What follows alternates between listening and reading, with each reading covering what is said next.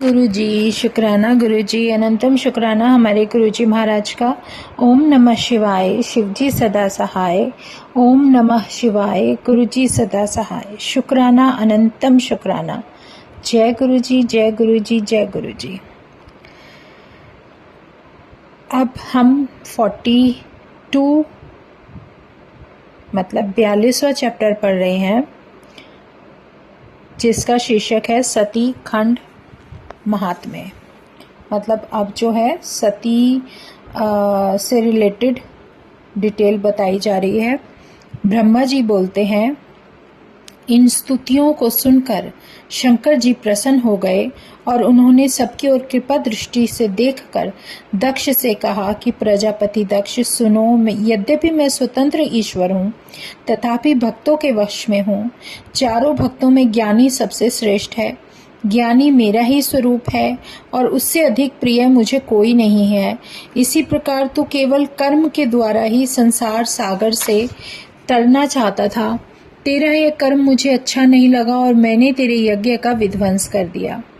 दक्ष, अब तू मुझे परमेश्वर जानकर बुद्धिपूर्वक ज्ञान परायण हो सावधानी से कर्म कर। तू यह जान कि मैं शंकर ही जगत की उत्पत्ति, स्थिति और संहार करता हूँ और क्रिया के अनुसार विभिन्न नामों को धारण करता हूँ। विष्णु भक्त का अर्थ यह नहीं है कि वह मेरी निंदा करे। मेरा भक्त भी विष्णु की निंदा नहीं कर सकता। यदि ऐसा करेगा तो हम दोनों के शाप से उसे तत्व की प्राप्ति नहीं हो सकती। इस प्रकार शंकर जी के सुख कारक वचनों से वहां से देवता मुनि सभी प्रसन्न हो गए। समस्त देवता कुटुंब सहित शंकर भगवान को परमेश्वर मानने लगे। जिसने जैसी स्तुति की श्री शंकर भगवान ने उसे वैसा ही वर दिया। दक्ष प्रसन्न होकर शीघ्र ही शिवजी का नाम जपने लगा। शिवजी की कृपा से उसने अपना यज्ञ पूर्ण किया। सब देवताओं को यथा योग्य उनका भाग मिला। शिवजी को भी उनका भाग दिया गया। ब्राह्मणों को भी बहुत सा दान दिया गया। दक्ष ने विधि पूर्वक ऋषियों द्वारा यज्ञ के बड़े कार्य को समाप्त करवाया। परब्रह्म की कृपा से यज्ञ पूर्ण हुआ। सब देवता और ऋषि आदि भगवान शंकर का यश गाते हुए अपने धाम को गए। मैं और विष्णु भी मंगलदायक उनके सब नामों का उच्चारण करते हुए शिष्यगणों को साथ लेकर कैलाश पर्वत पर चले गए। इस चरित्र को पढ़ने व सुनने वाला ज्ञानी हो उत्तम सुख और दिव्य गति को प्राप्त होता है। इस प्रकार दक्ष पुत्री सती देवी अपना शरीर त्याग कर हिमालय की पत्नी के गर्भ से उत्पन्न हुई और महातप करके फिर शिव को प्राप्त किया। इस प्रकार अब तृतीय पार्वती खंड शुरू हो रहा है, जिसका पार्वती खंड का चैप्टर 1 हम पढ़ रहे हैं, हिमालय का विवाह। अब तक जो भगवान शंकर ने हमें समझाने की कोशिश की है वो यही मेन बताया है कि मैं, विष्णु और ब्रह्मा एक ही रूप है, अलग अलग नहीं है। और सर्वस्व जो सबसे बड़ा एक जो शक्ति है वो है ओमकार।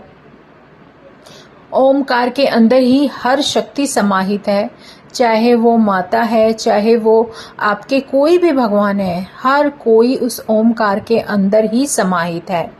इसलिए उसी प्रकार देखो, अगर किसी एक भगवान को मानते हो तो दूसरे की निंदा मत करो। निंदा करना सबसे बड़ा अधर्म बताया गया है। अब हम तृतीय पार्वती खंड जो शुरू हुआ है उसमें फर्स्ट चैप्टर पढ़ रहे हैं, हिमालय का विवाह। नारद जी बोले, हे ब्राह्मण, सती अपने पिता के यज्ञ में शरीर त्याग करके जो पर्वत जी थे उनकी कन्या कैसे बनी और जगन माता ने तप करके शिव जी को कैसे प्राप्त किया, यह मुझे कृपा करके बतलाइए। ब्रह्मा जी बोले, हे मुनि शार्दुल, अब तुम परम पावन शिव पार्वती जी के सुंदर चरित्र को सुनो। जब दाक्षायणी देवी ने अपने पिता दक्ष के घर जाकर यज्ञ में अपना शरीर त्याग दिया, तब उन्होंने हिमालय की प्यारी मैना के घर जन्म लेने का विचार किया, क्योंकि शिवलोक में स्थित मैना ने सती देवी के लिए आराधना की थी। इसी से सती ने भी ऐसा ही संकल्प किया। समय आने पर वही देवी अपना व शरीर त्याग मैना की पुत्री बन गई। तब इस जन्म में उन सती देवी का नाम पार्वती हुआ और उन्होंने नारद जी का उपदेश ग्रहण करके अत्यंत कठिन तप करके शिव जी को प्राप्त किया। नारद जी बोले, हे ब्राह्मण, अब उस मैना की उत्पत्ति, विवाह और चरित्र मुझे सुनाइए। वह मैना धन्य थी जिनकी सती पुत्री हुई। ब्रह्मा जी बोले, हे नारद, अब तुम पार्वती जी की जो पवित्र चरित्र है उसको सुनो। बड़ा ही भक्तिवर्धक है। उत्तर दिशा में हिमालय नाम का एक महान राजा था जो अपने श्रेष्ठ पर्वत की सब समृद्धियों से युक्त और बड़ा ही तेजस्वी था। उस पर्वत का बड़ा ही दिव्य रूप है जो सर्वांग सुंदर, विष्णु का रूप, संतों का प्रिय शैलराज के नाम से प्रसिद्ध है। वह हिमालय भी कहा जाता है और उस पर्वत के जंगम और स्थिर दो भेद हैं। उसी शैलराज ने अपने कुल की स्थिति और धर्म वर्धन के लिए अपना विवाह करने की इच्छा की। तब उसकी इच्छा होते ही समस्त देवतागण पितरों के पास गए और बोले कि यदि आप सभी लोग अपना कर्तव्य पालन करना चाहते हैं और यह चाहते हैं कि देवताओं का कार्य हो, तो आप मंगल रूपिणी कन्या मैना का विवाह हिमालय पर्वत के साथ कर दीजिए। इससे सभी का भला होगा और देवताओं के पद पद पर होने वाले दुख और हानि का नाश होगा।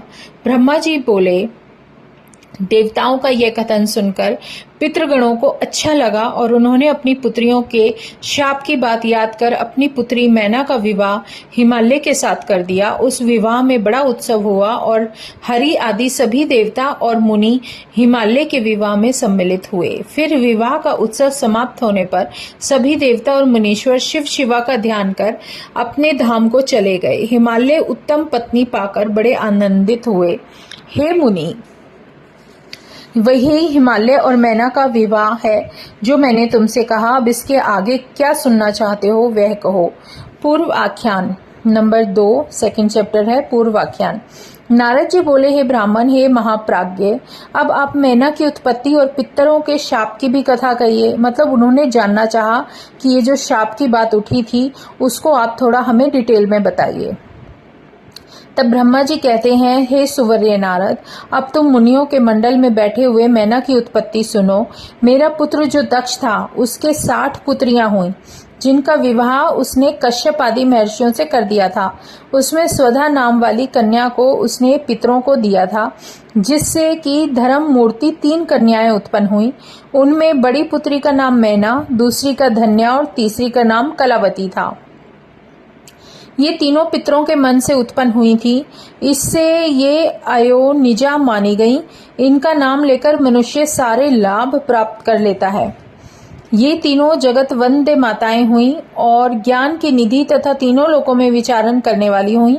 हे मुनीश्वर, एक समय ये तीनों बहनें श्वेत द्वीप में विष्णु जी का दर्शन करते हुए वहां बड़ी भारी समाज एकत्रित हो गया, जहां पर गईं, जिसमें ब्रह्मपुत्र सनकादिक भी आए और सबने विष्णु जी की स्तुति की।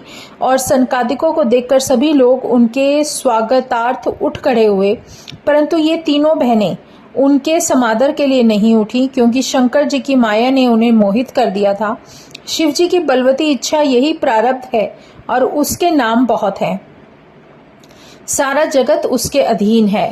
उसी के वश होकर इन तीनों कन्याओं ने भी सनकादिकों को प्रणाम नहीं किया और आश्चर्य में पड़ी हुई केवल बैठी ही रह गईं। उनके इस दुर्व्यवहार से क्रुद्ध होकर सनकादिकों ने उन्हें दंडित करना चाहा और योगीश्वर सनत कुमार ने उन्हें शाप दे दिया कि तुम तीनों श्रुति की जानने वाली थी, तुमने अभिमानवश हमें खड़े होकर अभिवादन नहीं किया और नमस्कार भी नहीं किया, इसलिए तुम स्वर्ग से दूर जाकर मनुष्य बन जाओ। अब तुम तीनों मनुष्य की स्त्रियां बनो, हम क्या करें, तुम्हारा कर्म ही ऐसा था, अब उसी का फल चखो। ब्रह्मा जी कहते हैं कि उन तीनों साध्वी बहनों ने चकित होकर ऋषि का वचन सुना और सिर झुकाकर उनके चरणों में गिरते हुए बोली, हे मुनिवर्य, हे दया सागर, हम पर प्रसन्न हो जाइए, हम लोग मूढ़ हैं, इसी से हम लोगों ने आपको प्रणाम नहीं किया। हे महामुने, इसमें आपका कोई दोष नहीं है, इसलिए ऐसी कृपा कीजिए जिसमें कि हम स्वर्ग को पुनः प्राप्त कर लें। शिव जी की माया, यह माया सनत कुमार पर चढ़ बैठी। अब वे उनके शापोद्धार की बात कहने लगे। उन्होंने कहा, है पितरों की कन्याओं, अब तुम प्रसन्न होकर मेरे वचनों को सुनो। जिस प्रकार तुम्हें सर्वथा सुख प्राप्त होगा, हिमालय पर्वत हिम का आधार है, वह ज्येष्ठा उसकी कामनी होगी और को पार्वती नाम की एक कन्या प्राप्त होगी। यह दूसरी कन्या धन्या है, जो कि महायोगिनी जनक की पत्नी होगी और जिस महायोगिनी के यहाँ महालक्ष्मी सीता होकर उत्पन्न होगी। कलावती वृषभानु की पत्नी होगी और इस प्रकार द्वापर के अंत में यही लक्ष्मी उसकी पुत्री प्रिया राधा के नाम से प्रकट होगी। मतलब जो लक्ष्मी माता है वही उनकी पुत्री प्रिय राधा के नाम से प्रकट होगी। द्वापर युग में मैना को पार्वती जी का वर प्राप्त होगा और कैलाश तक जाएगी। धन्या जनक वंश में सीता को उत्पन्न करके शीर ध्वज के मिलने पर बैकुंठ तक जाएगी और कलावती वृषभानु को प्राप्त हो उसके साथ कौतुक क्रीड़ा द्वारा राधा के साथ जीवन मुक्त होकर गोलोक तक जाएगी। इसमें संदेह नहीं। भला बिना विपत्ति उठाए कहीं किसी की महिमा होती है? अच्छे कर्म वालों का दुख दूर हो जाने पर उन्हें दुर्लभ सुख प्राप्त होता है। तुम पितरों की कन्या हो, इसलिए तुम्हें स्वर्ग का विलास ही चाहिए। इसलिए जब तुम विष्णु जी के दर्शन करोगी तो तुम्हारा कल्याण होगा। तुम शिवजी में भक्ति करने वाली हो, इससे तुम धन्य और पूज्य हो। मैना से पार्वती देवी उत्पन्न हो, अपने कठिन तप के द्वारा शिवजी की प्रिया होगी और धन्या की पुत्री सीता श्री रामचंद्र जी की पत्नी होगी तथा कलावती की पुत्री राधा श्री कृष्ण की पत्नी होगी। ऐसा कहकर मुनिराज अंतर्ध्यान हो गए और वे तीनों बहनें भी सुखी होकर अपने धाम को चली गईं। अब थर्ड चैप्टर है देवताओं की स्तुति। नारद जी बोले, हे विष्णु के सतगुरु, हे परम बुद्धिमान और वक्ताओं में श्रेष्ठ ब्रह्मा जी, फिर इसके आगे क्या हुआ वह मुझसे कहिए। यह तो आपने बड़ी अद्भुत कथा कही है। मैना की पहली गति तो बड़ी शुभ है। मैंने उसका विवाह तो सुन लिया, अब उनके परम चरित्र को कहिए। पार्वती जी मैना से कैसे उत्पन्न हुई और उन्होंने दुसह तप कर शिवजी को वर रूप में कैसे प्राप्त किया? भगवान शंकर के इस यश का वर्णन कीजिए। ब्रह्मा जी बोले, हे मुनि, जब मैना का विवाह करके हिमालय पर्वत अपने घर आ गया तब तीनों लोकों में बड़ा उत्सव मनाया गया। हिमालय के घर भी बड़ा उत्सव हुआ। पश्चात हिमालय प्रसन्न हो मैना के साथ विभिन्न सुखदायक स्थानों में जाकर विहार करने लगा। इसी समय सब देवताओं को साथ लिए विष्णु जी हिमालय के पास गए। हिमालय ने अपने को सब प्रकार से बड़ा भाग्यशाली जाना और उसका बड़ा सत्कार किया। उसने कहा, आज मेरा जन्म लेना सफल हो गया है। आज मेरा तप, ज्ञान और सभी कार्य सफल हो गए। जो इस प्रकार आप सब लोगों को एक साथ अपने घर पर आया देख रहा हूँ, कहिए मेरे योग्य क्या सेवा है? यह सुन हरि आदि देवताओं को विश्वास हो गया कि अब मेरा कार्य सिद्ध हो जाएगा। उन्होंने हिमालय से कहा, हे महाप्राज्ञ, जो पहले जगदम्बा उमा दक्ष की कन्या शिवजी की पत्नी हुई थी, जिन्होंने अपने पिता के अनादर से अपने प्रण का स्मरण कर अपना शरीर त्याग दिया था, वह सारी कथा आपको ज्ञात है। इसलिए हम लोग यहाँ आए हैं। ब्रह्मा जी कहते हैं कि हरि आदि के ऐसा कहते ही हिमालय ने तथास्तु अर्थात ऐसा ही हो कह दिया। तब सब देवता शंकर जी की पत्नी उमा की शरण में गए और एक अच्छे स्थान में बैठकर जगदम्बिका का स्मरण करने लगे। उन्होंने दंडवत कर उन देवी को प्रसन्न करने के लिए कहा, हे उमा, हे देवी, हे माता, आप सर्वदा शिवलोक निवासिनी और सर्वदा ही शिव की प्रिया है। हे दुर्गे, हे महेश्वरी, हम सब आपको प्रणाम करते हैं। इस प्रकार सबकी जो स्तुति कर रहे थे उन्होंने कहा, हे माँ, तुम हम सब पर प्रसन्न हो जाओ। तुम ही जगत की स्थिति और पालन करने वाली हो। इस प्रकार उमा, सती, जगदम्बा, भवानी की स्तुति करते हुए सभी देवता उनके दर्शनों की परम लालसा से वहां खड़े हो गए। फोर्थ है देवताओं को सांत्वना। ब्रह्मा जी बोले, जब देवताओं ने इस प्रकार स्तुति की तो कठिन दुख विनाशिनी दुर्गा देवी देवताओं के समक्ष प्रकट हो गईं। उनका अपूर्व तेज था। सभी देवता उनकी स्तुति करने लगे। विष्णु आदि सभी देवताओं ने जगदम्बा का दर्शन किया। सभी को उनकी कृपा प्राप्त हुई। सब आनंद विभोर होकर बार बार उनको दंडवत करने लगे। फिर बड़ी स्तुति की और कहा, हे माता क्षमा कीजिएगा, श्रुतियों के कहने के आधार पर तथा अपनी दीनतावश हम आपसे यह कहते हैं कि पूर्व समय से आप हरि की प्यारी दक्ष की पुत्री थीं और फिर शरीर त्याग अपने लोक को चली गईं, जिससे शिवजी बड़े दुखी हुए थे और उस समय भी देवताओं का कार्य नहीं हो सका था। इसी कारण हम लोग व्याकुल होकर आपकी शरण में आए हैं। अब आप देवताओं का मनोरथ पूर्ण कीजिए। हे शिवे, अब सनत कुमार के वचन को पूर्ण कीजिए। हे देवी, अब तुम पुनः पृथ्वी पर अवतार लेकर शिवजी की पत्नी बनो और अपनी अद्भुत लीला से देवताओं को सुखी बनाओ। इससे कैलाशवासी शंकर जी भी प्रसन्न हो जाएंगे और सभी का दुख दूर हो जाएगा। देवताओं की इस प्रकार की प्रेम एवं भक्तिपूर्ण विचारधारा को सुनकर शिवा प्रसन्न हो गई और सबके सब कारण विचार कर अपने प्रभु शिव को स्मरण करती हुई देवी उमा ने हंसकर देवताओं से कहा, हे ब्रह्मा विष्णु मुनियों और देवताओं, तुम्हारे दुख दूर होंगे इसमें संदेह नहीं है कि मैं प्रसन्न हूँ। मेरा चरित्र तो तीनों लोगों को सुख देने वाला है। मेरे द्वारा ही दक्ष को मोह प्राप्त हुआ है। मैं अवश्य ही पृथ्वी पर पूर्ण अवतार लूंगी। इसके और भी कारण हैं। पहले हिमालय और उनकी पत्नी ने मेरी सेवा की है, अब भी वे भक्ति पूर्वक मेरी सेवा करते हैं। इसलिए मैं हिमालय के घर प्रकट होऊंगी, जिससे तुम्हारे सब दुख दूर हो जाएंगे। शिव की लीला बड़ी अद्भुत है, इसलिए मैं उन्हीं की पत्नी होऊंगी।